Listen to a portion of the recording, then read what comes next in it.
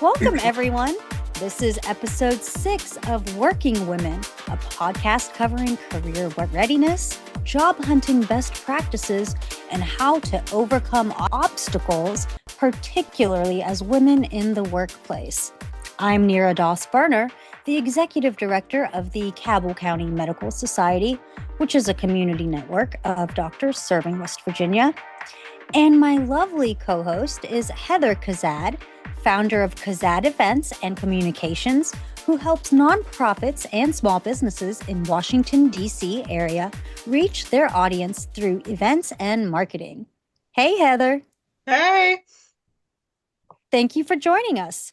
If you're new to Working Women, we hope these conversations resonate with you, teach you one or two things you didn't know, and maybe encourage you to take a chance on yourself or in your career. You've all heard a lot from Neera and me the past few weeks, so we're shifting into more guest conversations going forward. These guests are incredible women across several different industries, and we get the opportunity to ask them about their experiences, obstacles, successes, and what have you. Neera and I may be the hosts here, but we're so excited to learn from some people willing to join us. Today, we have the pleasure of welcoming someone dedicated to service and community and just generally helping the world become a better place. Maya Fitzpatrick is an attorney with Adler and Colvin, serving nonprofit clients in the DC area. Hi, Maya. Woo! Hi there. So I've talked a lot about YNPN throughout the show because the topics we're covering this year directly inspired mine and Neera's conversations in this podcast. Well, Maya is actually my wonderful counterpart in this year's mentoring program, and that's how we met. So I'm excited to talk more about volunteering, mentoring, and service because it's such a big part of Maya's work and her priorities. But let's start at the beginning. Maya, give us your origin story. What's your background? What made you want to go into law school? What made you want to work with nonprofits? Basically, what inspired your career trajectory? Wow. Well, that's a big question. It's like 17 questions, but go on. So just to start my origin story, I'm originally from San Antonio, Texas. So I am a lifelong Texan. I went to college and law school both in Texas. And then afterwards decided I want to change it up. I want to try something new. So I moved to DC for work, and I've been here ever since. But what made me want to go to law school initially was that I thought lawyers were people that help others. That's like the baseline. So all attorneys, we focus on our specific areas, but on helping individuals, organizations, companies, what have you, reach that next step, whether they're going to litigation and they need, help with the courts, or whether they're creating deals or contracts and they need help understanding that. Lawyers and attorneys in general are it's a helping profession. So I've always been kind of into helping others and kind of grew into the idea of maybe becoming a lawyer when I was in college from just seeing how they helped other people. So before I went to law school, I actually worked at a small nonprofit. So I worked in an education-based, very, very tiny organization. So it felt like everyone had 3 different hats at minimum at all times. And so being there, I feel like I learned a lot, but also I kind of got a love for what the nonprofit sector does and the impacts that it can make on individuals. And after I worked there, I started law school, and I never really let go of that nonprofit love, if that makes sense. So I was active in volunteering while I was in law school. And then when I graduated, I was looking for a job, and there is this open position in DC, but at the time it was remote, for a large nonprofit consulting agency or organization. And so I thought, well, I know a little bit about nonprofits. I've worked in them. I know a little bit about the law. So let me see if I can kind of bridge those two ideas together. And I got the job, started working there, and it really helped me see, the world and the universe of what good you can do in the world, and how lawyers can really fit in. I love that. That is Amazing. And go Texas. I'm really into King of the Hill. Yes. I'm just like Texas. Like I want to be Dale Gribble so bad, like in all the in the good ways. Not like I mean, and I think this is the best show ever. So, sorry to talk about King of the Hill because you said Texas. I mean, it Um, is based on Garland, Texas, which is a real place. So same. it does look like the show, for better, for worse. That's amazing. Mhm. Now I'm even more intrigued. Wow. Can you tell us about some of the nonprofits you've worked with and what they actually do? Yes, so due to attorney-client privilege, I can't name any names, but I can give you just a general overview of the kinds of things and the kinds of work that they do. So my favorite set of nonprofits are the environmental organizations, and those range in size from, you know, small mom and pops. We want to start, a cleanup organization for our local, greenway, to these large organizations that do a lot of impact litigation and ensuring that the what the federal government has stated is, the American people's right to free, like open land and the ability to use waterways is actually upheld. So I've seen a lot. From my perspective as a nonprofit tax attorney, I don't go to court. So what I'm typically helping people with is if they have any questions from the IRS, understanding what the IRS is asking for, and then helping them prepare for that kind of interaction with them. Or if they have questions on their strategy, what what to do next. They've received funds, they've gotten this really great grant, and they're trying to figure out how to spend it, what to use it on, what is charitable activity, that kind of thing. So I help them kind of do the nuts and bolts back end side while they can do the actual work and impact things. Have you worked with organizations outside of the environmental sphere? Oh yeah, yeah. So I've what are worked. some of those? Like, I mean, I know your background, you said, was in education a little bit too. That's also me. Any other like, I guess, Mhm. larger general areas that you've focused on? Yeah, so outside of environmental, I've also done a bit of education related work, some healthcare. Okay. My favorite has probably been the international. It's a lot of work and a lot of kind of figuring out the red tape between the US nonprofit side of things and another country's work. But I feel like they do not the most impact. There's never a most, but I feel like their impact is just so felt and so needed by the Hmm. people that are receiving either goods, services, funds, education. I really like seeing grants that, are helping people get educated in certain areas that'll help either themselves or their families and communities. So it just feels like by doing what I do, I can help so many more people, to get themselves in better spaces and better lifestyles, and to really make a difference that affects the world. You're supporting the people who are doing the work. Yeah. So in you are sort of that foundational piece to help them structure things appropriately that they can then do their mission work to help whoever their constituents are, depending on what that particular nonprofit does. But you're kind of a vital cog in the system. Mhm. That's really cool because I'll tell you what. Yes, we get it. No, I didn't even mean to do it actually. That's why I just paused because I went, dang it, like on in my mind. Dang it, Bobby. Dang it, Bobby. But like truthfully, organizations that do the hard work cannot exist without good lawyers because to get these grants, to get these kind of things done that help our organizations grow, we need to be able to account for it completely in legal form. And that is where it sounds like you come in.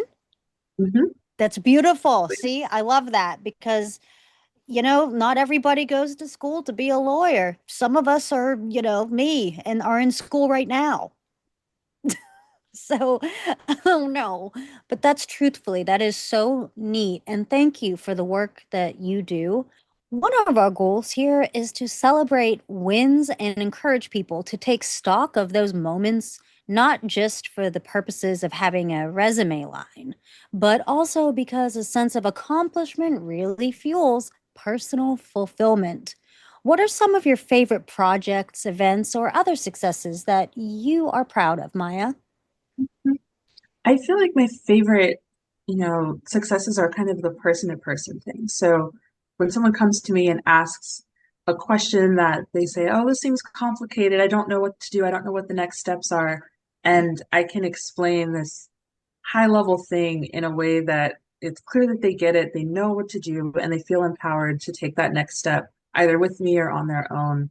That's kind of like my favorite professional win. I guess some successes that I've had are likely most of my negotiations. So when I have a client now, I used to work in-house for an organization, but so when I was in-house and you know one of the employees would come to me and say, "Hey, we just got, a question from another lawyer. What do we do?" And I'm like, "Say nothing. Let the lawyers talk to each other, but come to the meeting." And I can kind of advise them on, okay, here's what this outside attorney is asking for. Here's what this larger organization is asking for. These are the step by step of how to get from I don't know what's happening to you can answer the emails, you can respond with confidence, and you can go forward. And next time something like this happens, you know exactly what to do because we've talked about it, we've walked through it, and it's not as scary as it might seem initially. Like I think my favorite times when I'm working is kind of taking the fear factor out of the law. Mhm. You like being the hero and the teacher. Yeah. I love it. Mhm. Thank you. Maya is such a good support person because she doesn't have to be on the front line. She doesn't have to be in front of the camera, but I'm bringing her to the camera because she needs to also get recognized for the work that she does. And but I love those people who are willing to like put the work boots on and do the work on the back end, and also support people who need it on the front lines themselves. They're the ones who are doing the mission driven work, but they don't know the law. They don't know if they're doing things the right way. And Maya's the person kind of in their back corner going, "Here's how you do this. It's okay," and giving them kind of the guide there. Maya, I know you haven't had a chance to listen to episode 2 yet. It's not out when we're filming this currently. But we actually dedicated a good bit of time talking about mentoring. It was part of the larger networking conversation that we were having, and it's such a key indicator of success. So I'm glad we brought you in to kind of expand on that conversation. Because I really want to drive home how important it is to have people in your corner as a sounding board or a guide, much like how you're describing you work for your clients. But I know mentoring is also super important to you because of YNPN. So, what made you join YNPN and why did you specifically want to help with the mentoring program? I'm very grateful that you did because I needed the help. But what made you decide to join? What kind of was the impetus there? Yeah, so I had seen YNPN before, which is the Young Nonprofit Professional Network of DC. Um, and I liked their mission. I liked their about. I'd been to like one or two events. And I thought, maybe this is the year where I can actually get involved and get to know people, while also kind of doing something that I like to do. So previously, while I was in law school, I assisted in starting a organization for women of color law students, just because I felt like there was kind of a lack in my law school specifically, and I felt like this could be an addition to all the other student organizations to really give people a place to gather and give them some community. And so during the year that I was like leading the organization, I started up a mentorship program while I was in there. And so it was, older law students paired with a first year law student to kind of give them that one-on-one attention and just have somebody to be in their corner, be a sounding board for, and to just tell them everything's okay. They didn't have to do any heavy lifting or any like review or anything like that, but just some like more of like a social mentor. Um, and that was a great success of the program. And so when I saw that there was a mentorship component to YNPN, I was like, maybe I should apply to kind of assist and volunteer with that just to see what this looks like on a more formal scale, not just like a student scale.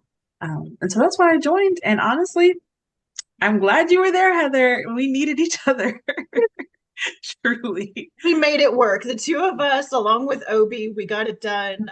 Lots of moving parts with the organization this year, but I'm really proud of the work that we've done, and I'm proud of the conversations that we've had.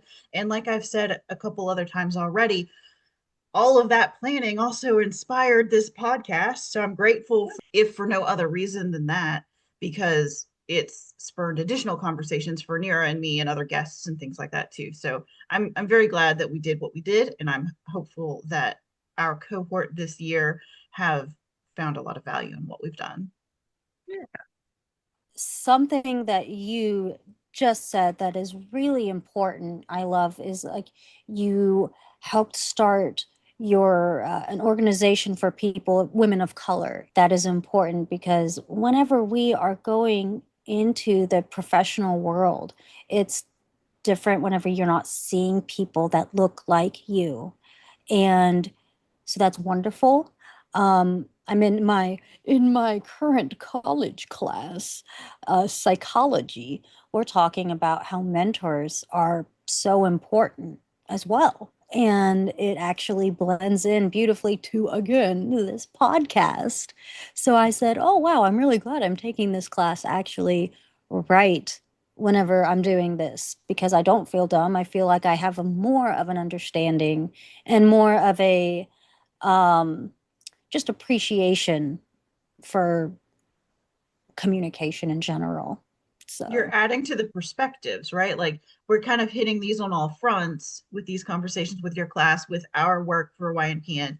So it's kind of nice when you have a more holistic look at a particular topic. We can dive into it a little bit deeper. We've talked a little bit about bias in job hunting and things like that too. And so it's really important to have a support system of people who are similar to you, either as a mentor or as a networking group or something like that as well. That's super valuable. tell us about some of your mentors, if you can, or anyone who helped shape you as a person and or as a worker. And what did you learn from them? So I feel like mentors can show up in all kinds of ways in your life. So there's professional mentors, social mentors, just people who give you a little piece of advice here and there. But I've had a couple of really good professional mentors in my career. So my first, you know, big girl legal job, I had a boss who was my direct supervisor, and she had been in practice for over 20 years. So she was a very, very seasoned, very awesome attorney. And honestly, I think she's the nicest lawyer I've ever met in my life. And so prior to that, I've had a lot of, very traditional, staunch, this is the law, leave me alone kind of bosses. But her approach to just talking to clients, managing expectations and being able to tell people, hey, no, you can't do that, but with such a kind demeanor that they respond to it so well. And they're like, okay, that's fine. We love to hear from no from you.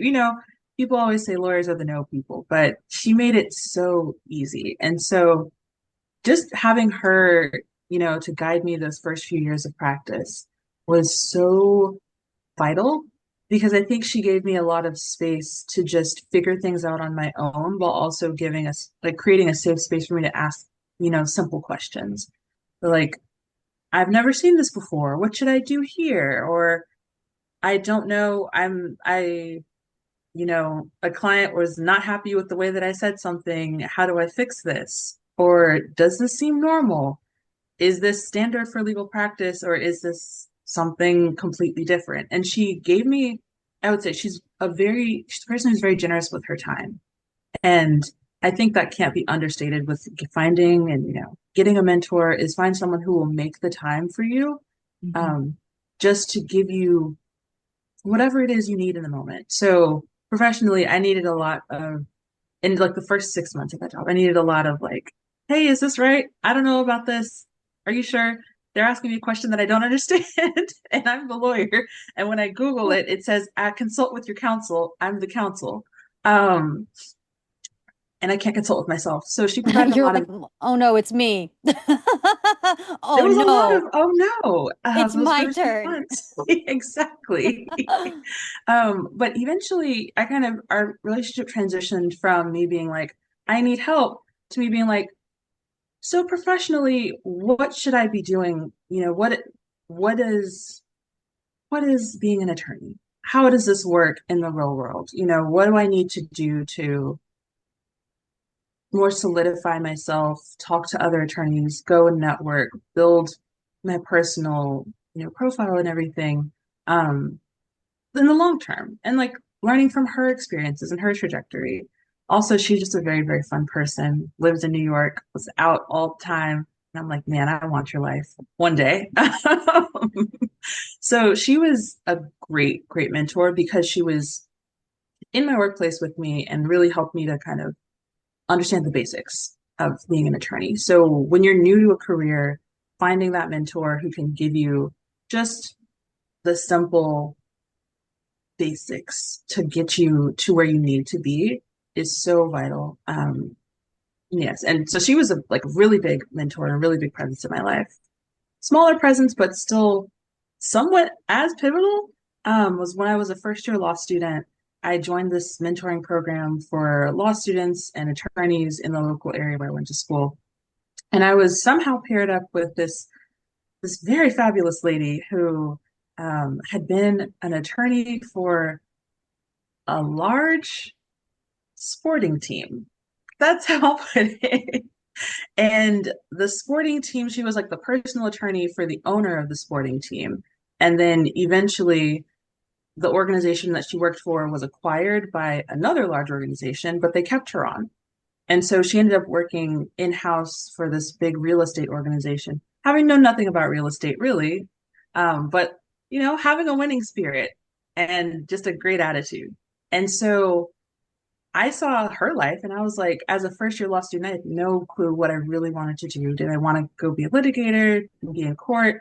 Did I want to do transactional work and just, push out contracts, handle deals, that kind of thing? But there's a third path where you could work directly for a company instead of going to a law firm. So she was the first person that I'd ever met who worked in-house, was an in-house attorney. And she kind of explained to me the ins and outs of what that looked like and how she ended up in that spot. And I mean, her trajectory was phenomenal. I can't say that that's a replicable thing by anybody because you know, you don't just become counsel for a sporting agency, out of the blue. But just by talking to her, I realized, okay, I don't have to do the simple path that's been set in front of me. You go work at a firm, you put in all of your hours, you give away all your time, and then somehow eventually you make it. There's another path. And just by talking to her, I was able to kind of see that other path and then figure out for myself how I fit into there. So I think, I mean, I don't know if I would consider her like a long-term, lifelong mentor, but I think mentors certainly in a season of your life can be so pivotal to the future and your path. Mhm. So those are my two big examples. I think I also have like a minor tangent that I did want to get into. Okay. To talk about like the difference between, I think I heard this at some sort of networking event, that there's a difference between finding a mentor and finding a sponsor in a professional setting. So the way that it was explained to me is that a mentor can be anyone. They can be someone who works with you, someone who doesn't work with you, that's in your industry, but the person should be more senior to you, older than you, and have had a path that, professionally looks like something you would be interested in, or can kind of provide you with resources and things like that to get you in the way that you want to go. Versus a sponsor is someone who is in your workplace. So a more senior person who knows you and either can speak to your work or takes a professional interest in you and your growth and development. And so the difference between those two is that you can go to a mentor to ask any kind of question, whether it be professional, social, hey, I need help. I don't know how to handle this situation between me and my boss. Versus a sponsor, they're there that you can ask those types of questions to as well, but you can ask them within the confines of your work. So if there's any kind of internal politics that you need to be aware of, a sponsor could help you navigate knowing who's the right person to call when you have certain questions, or when it comes time to think about asking for a raise. A sponsor would know the process internal to your organization or your company, and can advise you on how best to ask for that raise, or how best to set yourself up for the future that you want within your organization. So I think what I was told then is it's important to have both. And if you can find both be the same person, that's even better. But if not, it is important if you're looking for like upward mobility inside of a certain company or organization to foster a relationship with a sponsor while you're at the place. Yeah, that makes complete sense. I've heard both terms. Um, my understanding was essentially that mentorship often includes sponsorship because you're encouraging people to move forward. You're speaking highly of them when they're not in the room, all of those things. Mhm. But I presume based on this conversation that a sponsor isn't necessarily a mentor because they're a more narrow view of what it is that you're trying to do. So both are super vital. I think I agree with you that if you can find a person who can be both, that's going to be super helpful. But also in episode 2, which I guess I'm just going to keep plugging from now until doomsday, Neera Until and it's I out. Neera and I talk about, um, we necessarily haven't had lifelong mentors ourselves, but we have had people who've drastically influenced us in seasons of our life, as you've said. And so those people still are role models for us. They are still mentors to an extent. Basically, whatever you can find in that arena is going to be helpful for you because you might not find somebody who works as a mentor for 30 years. You might, you know, separate at some point or another. But be happy and be grateful for somebody who can help guide you for 2 or 3 or 4 years, maybe to the next station. So all of those things are super important. I also love that as you were talking about your mentors, specifically your first boss, if I didn't hear the first part of your conversation about how this was somebody else, I would have said you were talking about yourself. You are this person in so many ways. You're so lovely to be around. You're so positive. You can say no, you can stand up for yourself, but you always do it with such grace. And I think you could have very well been that person before you had this mentor. But I also think that shows how much this person also shaped you and who you wanted to become as your career progressed. So I love kind of connecting those dots, knowing you as a person and hearing where that came from. Heather, you are too sweet. So, Neera and I have talked a lot about volunteering, building relationships, participating in community work and activities. Last episode, our guest Sarah talked about how life is a journey. And rather than ask little kids what they want to be when they grow up, ask them what they want to do or how they want to help. Maya, you clearly have a servant leader heart. Why is volunteering important to you, and what are some of the benefits people who volunteer get to experience? Well, that's a great question. Volunteering is so important because I guess it's twofold. You give your time, but it also feels like you get something back. It feels rewarding. And the people that you're helping out obviously get whatever it is that you're doing in return. So they get your service, they get your time. I think personally, I feel that it's just a part of like my life when I think about it. I've always wanted to volunteer. I've always kind of been involved in some sort of volunteer effort in some degree year to year. So I think if you make it a habit, it just becomes a part of your life. And so I think in terms of benefits to volunteering, I feel like that there is just, how do I say this? When you volunteer, you learn so much more about yourself and other people. Mhm. So when I was in law school, I was involved in Big Brothers Big Sisters, and I kind of had an idea of what I would be getting into, working with some young kid who just wanted a mentor, and we would go do fun stuff together. Big Brothers Big Sisters is a great organization, and that they pair people up sort of based on interest and personality type, but also that they provide a lot of the facilitation for the mentorship program. So they provide mentor mentee events. They provide options for you to go out and do things in the local community that are age appropriate for your little. It was great. They do a lot of the legwork, so the big doesn't have to think, every weekend, like, okay, what are we gonna do? And it doesn't have to be something that's, high in cost. It can be, going to the Space Museum, or, things that are coming into town, they'll notify you and you can get up and go do. But I feel like by being a big, I learned a lot about people of a different, economic class, because my little was one of five kids, and the youngest of them were pretty young, like under four, all three of them. And some of the things that she would tell me about that were going on in her family life just kind of made my heart hurt a little bit. But I think as a third party volunteer, you can't really step in. You can just kind of advise and say, hey, maybe talk to your mom about that.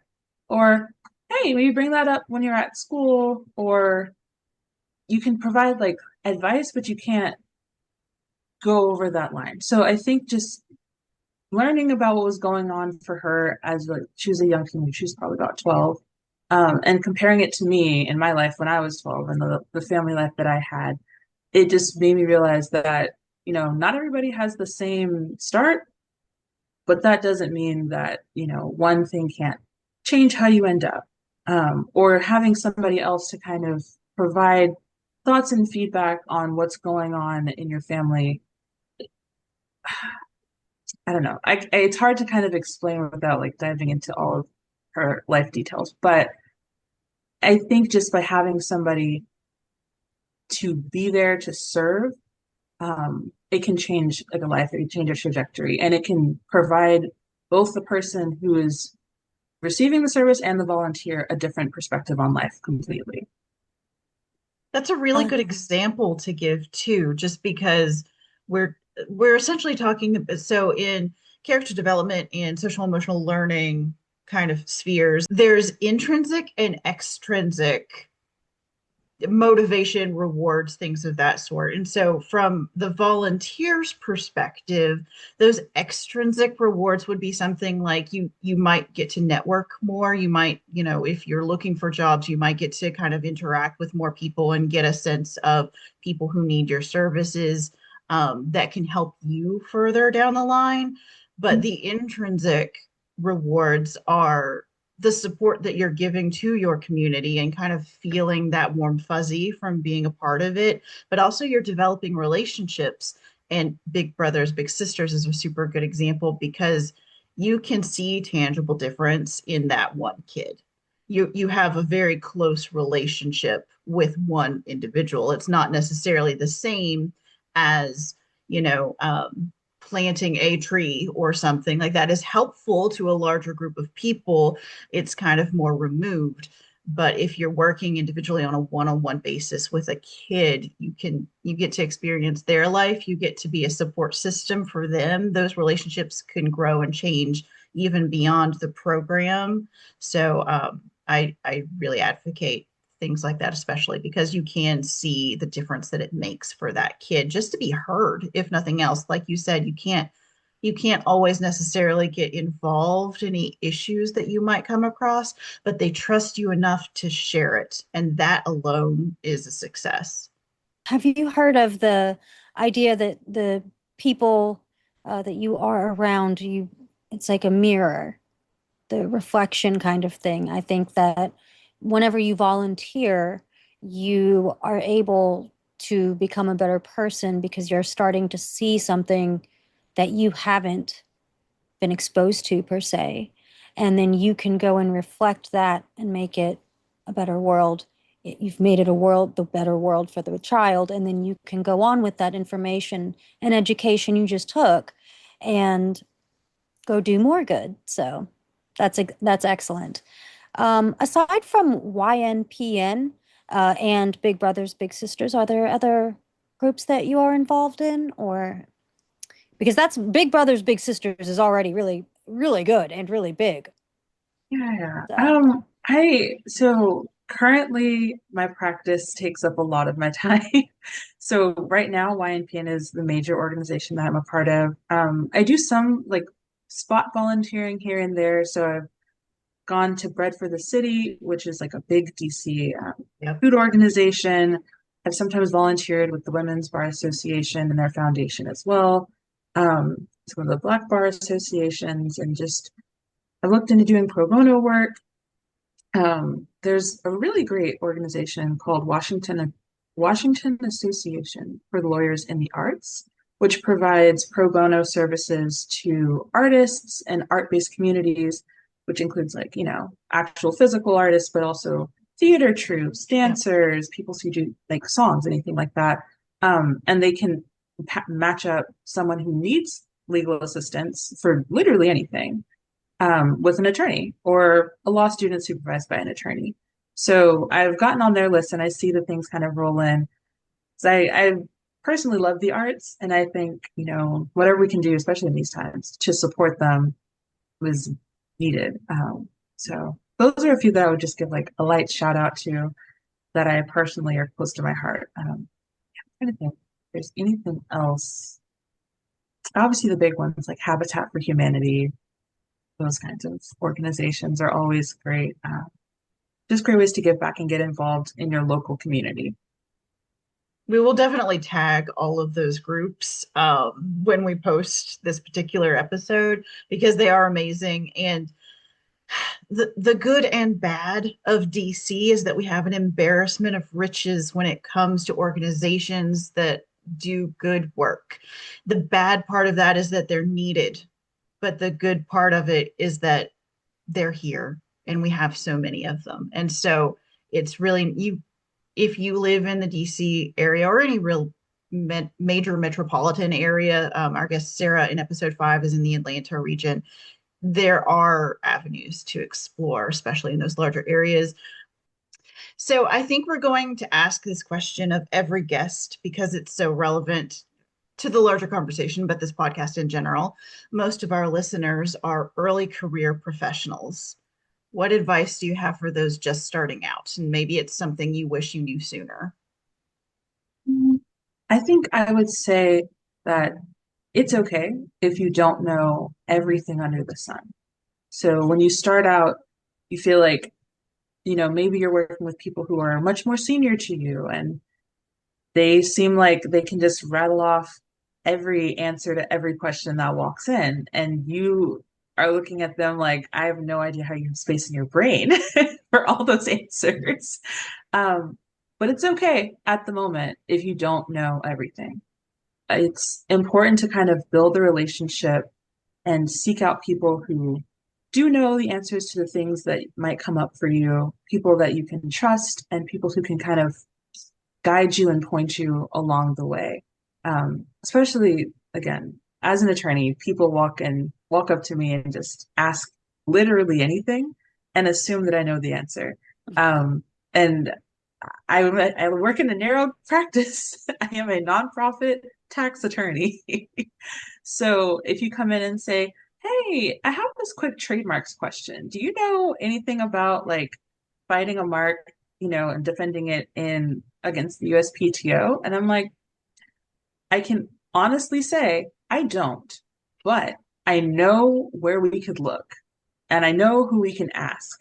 And for that, I think there's a lot of benefit in just being able to do research and being able to help people get from point A to point B, even if you can't get them there yourself. It's important to be able to find the answer, even if you don't know it. Like that is a skill set in and of itself. So no one is going to know everything, even 20, 30 years down the way in your career. You're going to come across questions that you can't answer in the moment because that's just who, like, there are too many things, there are too many variables in place. But the key to success is being able to do the research and to find the answer and know where to look. And so if you can do that part, you're way ahead of the game already. Yes. And the three of us here right now care so much about nonprofits, associations, if I can say it correctly, charities, and just mission-driven organizations in general. What are some things employees learn or experience in a nonprofit work environment that they may or may not get in, let's say, the corporate setting? I think going from corporate work to nonprofit work, people underestimate how much and how integral the mission is to a nonprofit organization. In a corporate setting, what's pivotal is, understanding profits, making sure your shareholders are happy, and like moving forward in the direction set by your leadership. In the nonprofit sphere, the mission is really the core of everything. So whatever the mission of your organization is, that will influence your leadership, who will influence the direction that you're headed. Even if the mission is not profitable, even if it's, sometimes a bit controversial, it will guide the entire organization and the direction that they go. So once you understand the mission at a nonprofit organization, you kind of can understand every step that they take. So the structure is different, right? Like the your focus is different. And from my perspective, because I have a little bit of background here too, nonprofits are usually smaller, so you usually get broader ownership over your work rather than super narrowly defined roles in a corporate setting. And I tend to see that as a positive because you learn more. You don't get bored. You get to try new things day to day. You often develop more camaraderie with your team because you have shared core values and that shared mission. You might even learn more about business management because everyone sort of has a hand in managing the budget, the strategic plan, admin things, and so on. I feel like those skills and tools are super transferable kind of wherever you go. So you get kind of like a microcosm of corporate work in a nonprofit space because, as Maya said kind of at the beginning of this conversation, you wear a lot of hats. And because you wear a lot of hats, you learn a lot of things, and that's super stressful. But it does look good on your resume that you kind of know a little bit of everything. And I'm going to reference am I going to reference our thing that hasn't released yet? Yeah, but do it for the resume. Don't do it for the gram. Do it for the resume. Just do it. Do it. That episode will get released before this one. So Yes, it will. it's fine. People will get it. Maya, is there anything else that you want to say during this? I work for Adler and Colvin, a law firm based in Washington, D.C. and San Francisco that solely services nonprofit clients. That's amazing. And that's it. They're great. Very sweet. Mm-hmm. Maya, thank you so much for joining us today. I've really enjoyed getting to know you. And I just have to say, it does my heart good to see a strong, educated, driven woman working on behalf of her community. Thank you for everything that you do. And that's amazing. Keep doing it. Go, Maya. Go, Maya. Thank you both for having me. Tune into our next episode, Take Care of Yourself, where we'll be talking with our guest, Cheryl Menifee, about mental health and wellness. Working Women is available on Spotify, Apple Music, and YouTube, so find us wherever you find your podcasts and music. Thanks for joining us.